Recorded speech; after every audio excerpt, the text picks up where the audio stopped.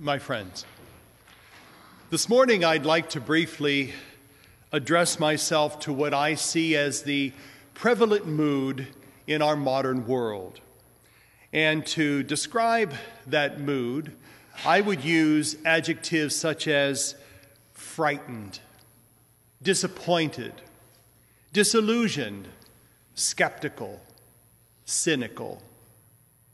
Now, if my reading is accurate, and unfortunately I think it is, that spirit, that mood, belongs to a large portion of our population. Now, in contrast to that prevailing mood, we have a different spirit expressed in today's scripture readings. The prophet Isaiah was dealing with people who were in exile. He described them as those whose hearts are frightened. And his message to them was one of expectation and hope. Now, the gospel came 700 years later, but the mood is very much the same. Jesus healed a person who was deaf and who had a speech impediment. And the people who witnessed this miracle were beyond description. St. Mark said their amazement went beyond all bounds. Now, to be perfectly frank, you and I really have difficulty relating to scriptures such as this. Not many of us expect streams of water to burst forth in the desert.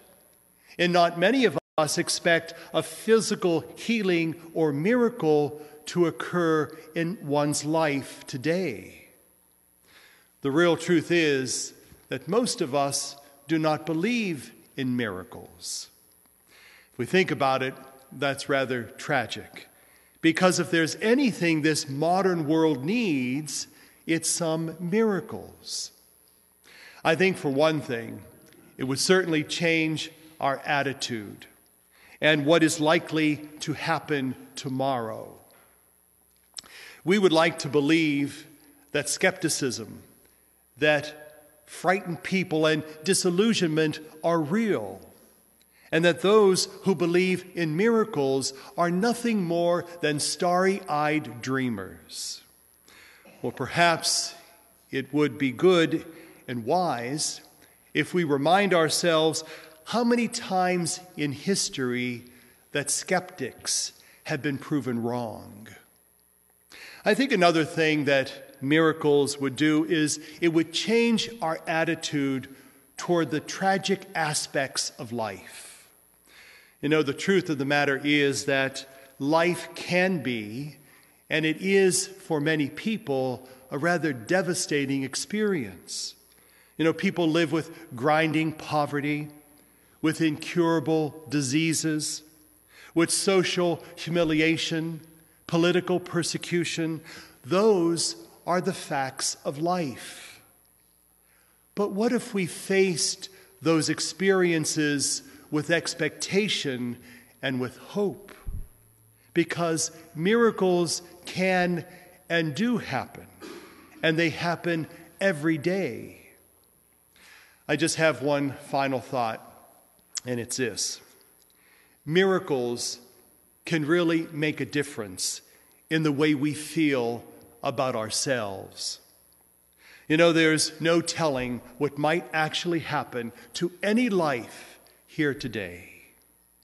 And that's the kind of miracle that most of us want. Isn't it miracles of character? The power of Christ to put a person back on their feet and give them strength to face up to life no matter what life deals them is even more amazing than opening the eyes of the blind or the ears of the deaf. If those kinds of transformations take place in any life, that is the greatest miracle of all. The day of miracles is still with us. Our lives are not meaningless accidents or dead-end streets. Miraculous changes are still possible even for you and for me.